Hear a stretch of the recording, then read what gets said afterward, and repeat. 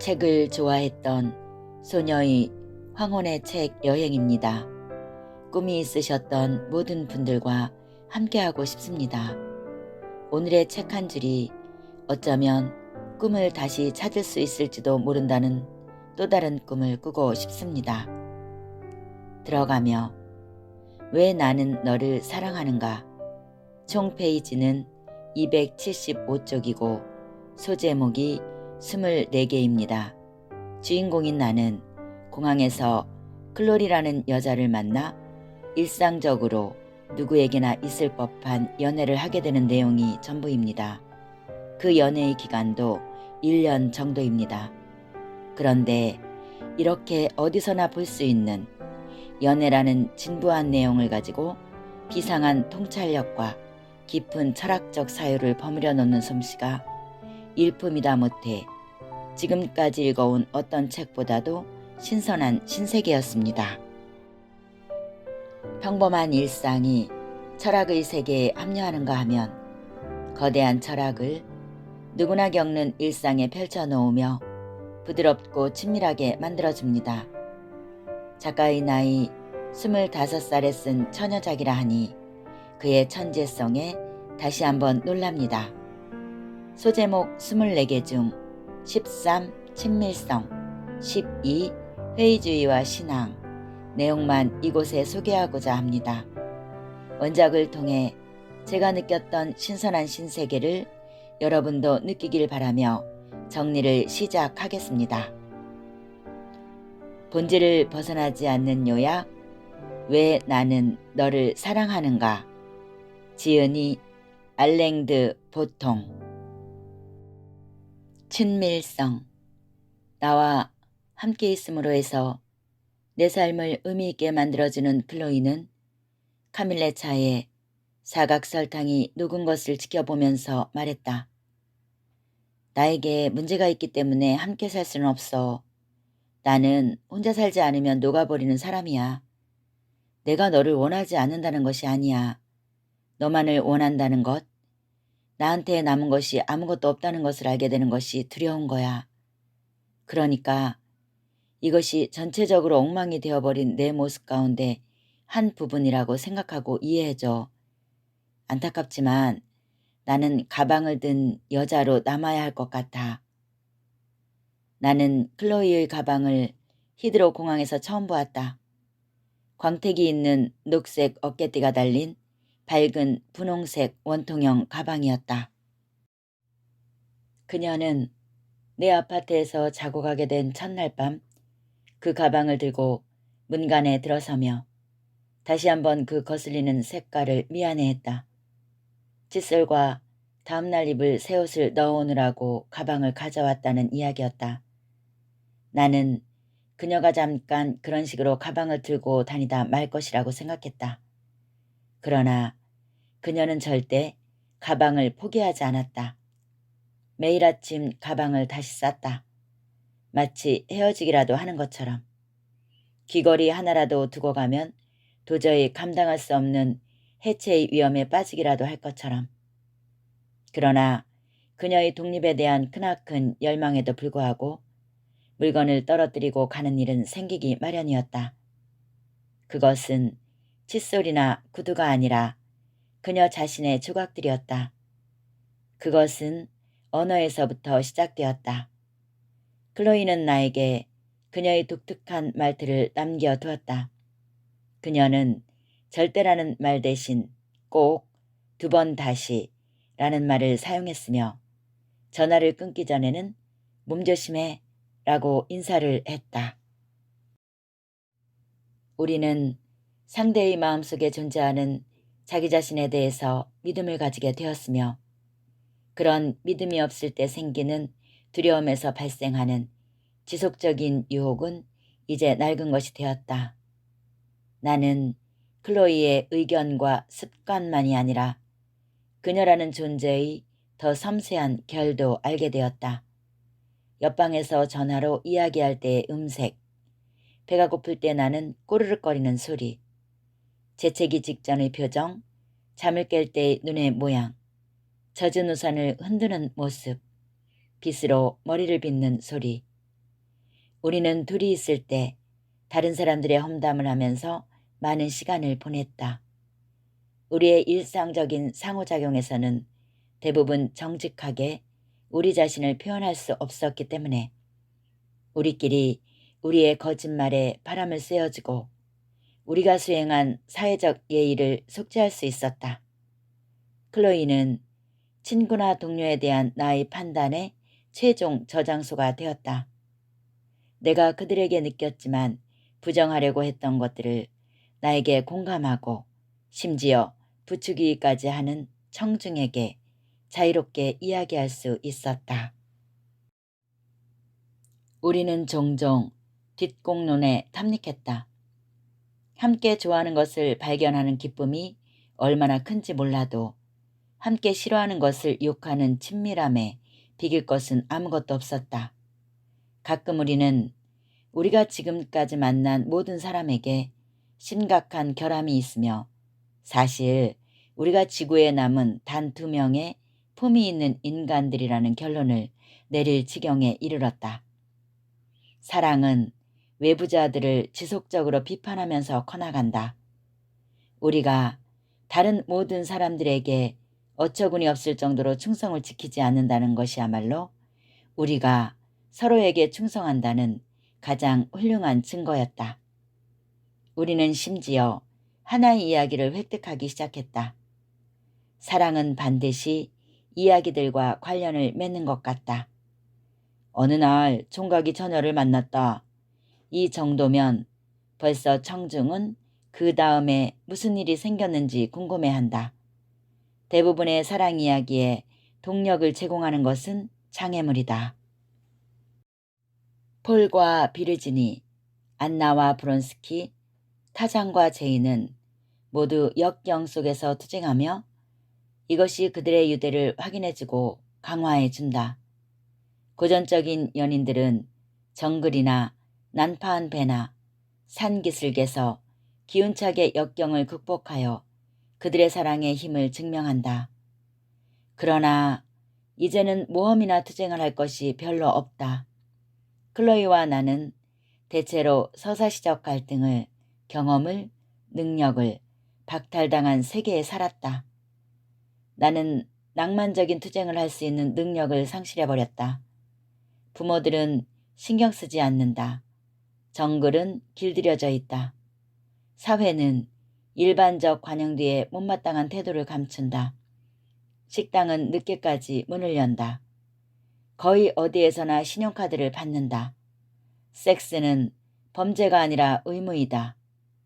그래도 클로이와 나에게는 우리의 결합을 확인해줄 수수한 이야기, 우리를 결합하는 일군의 공동 경험이 있었다. 경험이란 무엇인가? 예의 바른 일상을 부수고 짧은 시간 동안 고양된 감수성으로 새로움, 위험, 아름다움이 우리에게 주는 것들을 목격하는 것이다. 공유된 경험이라는 기초 위에서 친밀성은 자라날 기회를 얻는다. 그저 이따금씩 식사를 함께하면서 생긴 우정은 결코 여행이나 대학에서 형성된 우정의 깊이를 따라갈 수 없다.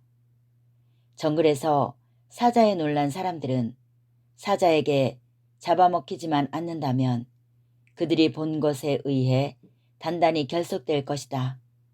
클로이와 나는 맹수를 보고 놀란 적은 없다. 그러나 우리는 도시에서 벌어지는 사소한 일들을 수도 없이 겪었다. 우리는 어느 더운 여름날 밤 파티에서 돌아오는 길에 시체를 목격했다. 시신은 차르드 스트리트와 벨그레이 브로드가 만나는 모퉁이에 누워 있었다. 아름다운 젊은 여자였는데 처음에는 술에 취해 포도에 쓰러진 것처럼 보였다. 그러나 막 지나치려는 순간 클로이는 여자의 복부에 칼 손잡이가 튀어나와 있는 것을 보았다. 함께 시체를 보기 전까지 상대방에 대해서 얼마나 안다고 말할 수 있을까? 우리는 무릎을 꿇고 시체를 보았다. 클로이는 불시착할 때 흥분하거나 히스테리에 사로잡힌 승무원을 부리는 조종사의 목소리로 나에게 보지 말라고, 경찰에 연락해야 한다고 말하더니 여자의 맥박을 확인하고 나서 모든 것을 원래 있던 대로 두었다. 나는 그녀의 전문가적 태도에 놀랐다.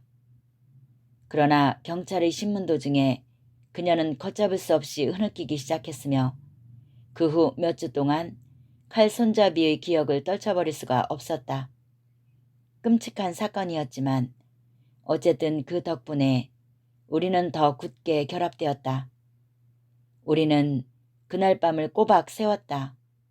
내 아파트에서 위스키를 마시면서 서로 소름 끼치는 쓸데없는 이야기만 자꾸 늘어놓았다. 두려움을 몰아내기 위해서 시칼이 꽂힌 시체와 경찰력을 맡기도 했다. 다른 경험도 있다. 몇 달 뒤 우리는 브릭 레인의 베이글 가게에 있었는데 우리 옆에 줄 서 있던 핀스트라프 양복을 입은 우아한 남자가 클로이에게 말없이 구겨진 메모지를 건넸다.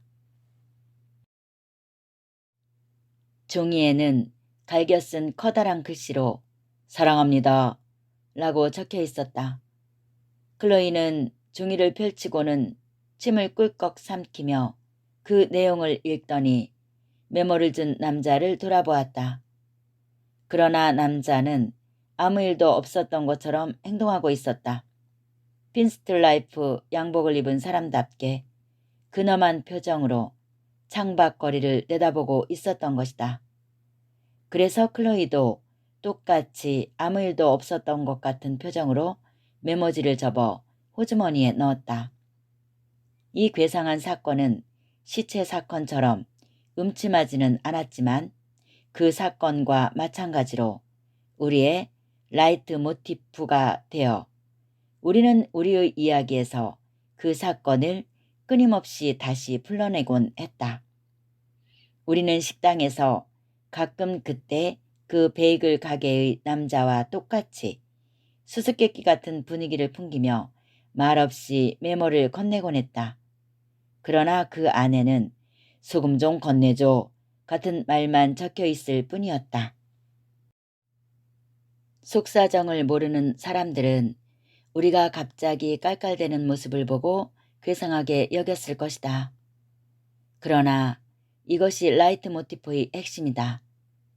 다른 사람들은 그 기초가 되는 장면을 보지 못했기 때문에 당사자들이 계속 참조하는 사건을 이해할 수가 없다는 것이다.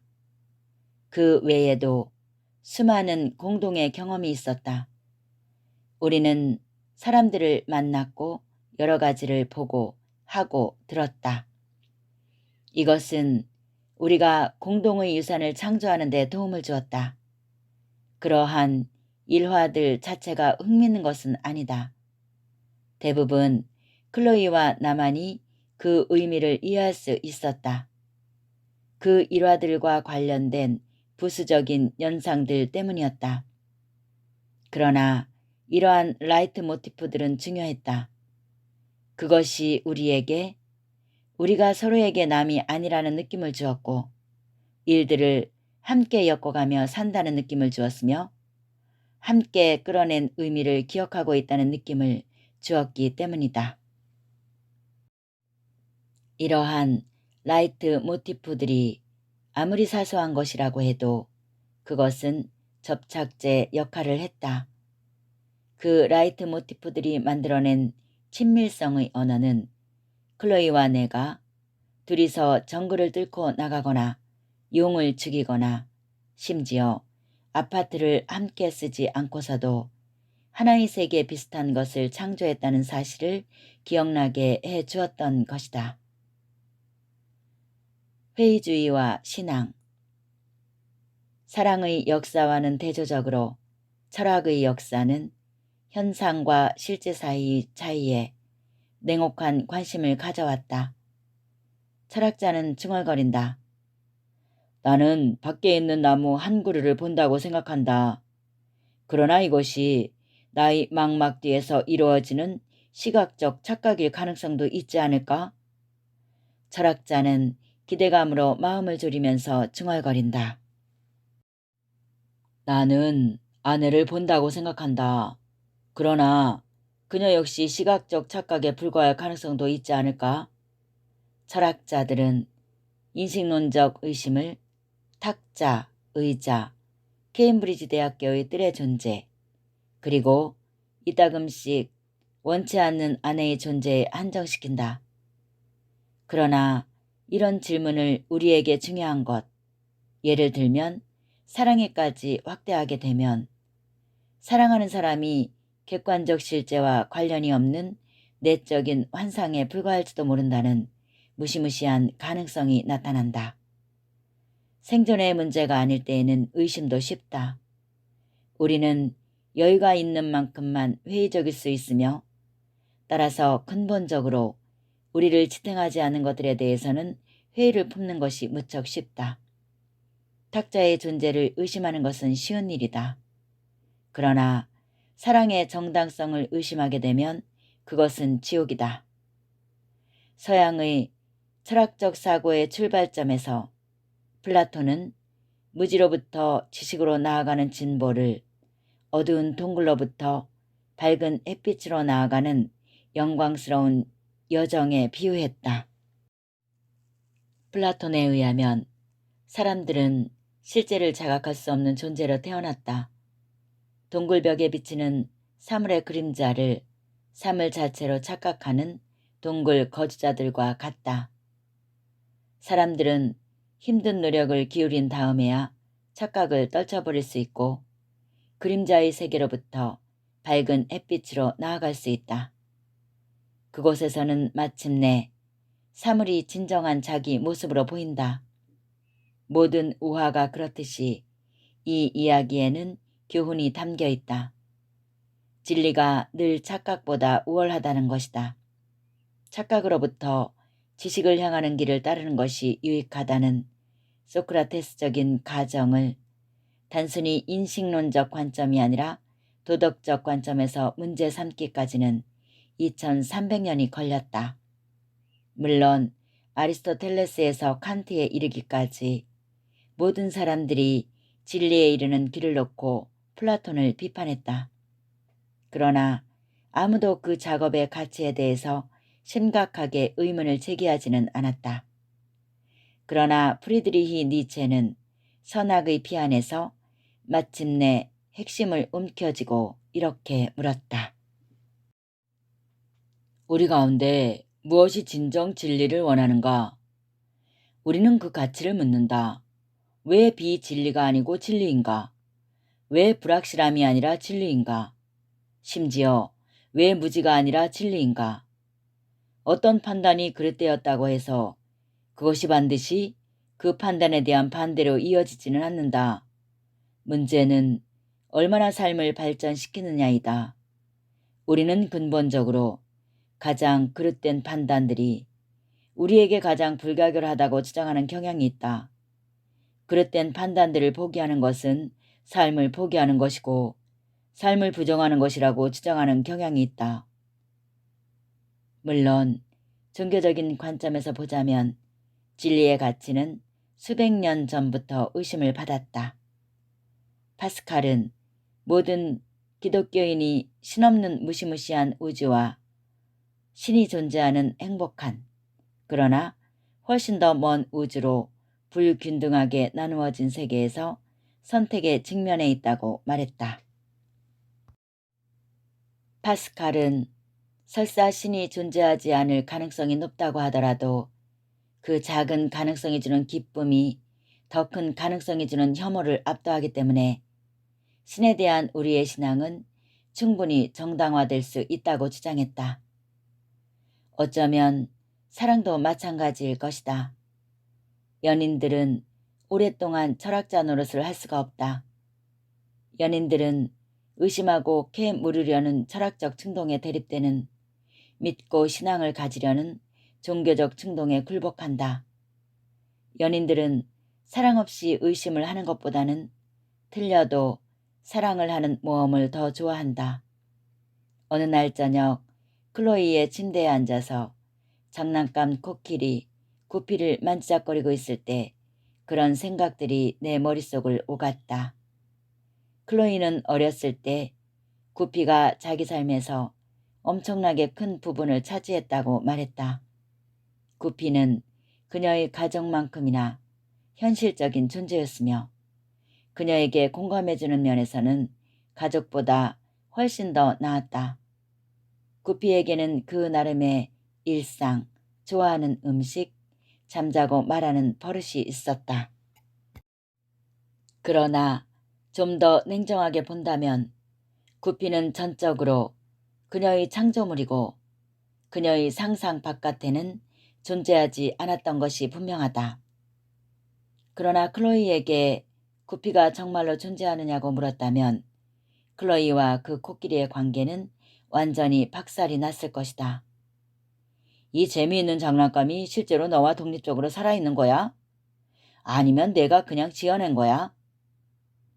순간 연인과 그의 사랑하는 사람에게도 비슷하게 신중한 태도를 보여야 한다는 생각이 퍼뜩 들었다.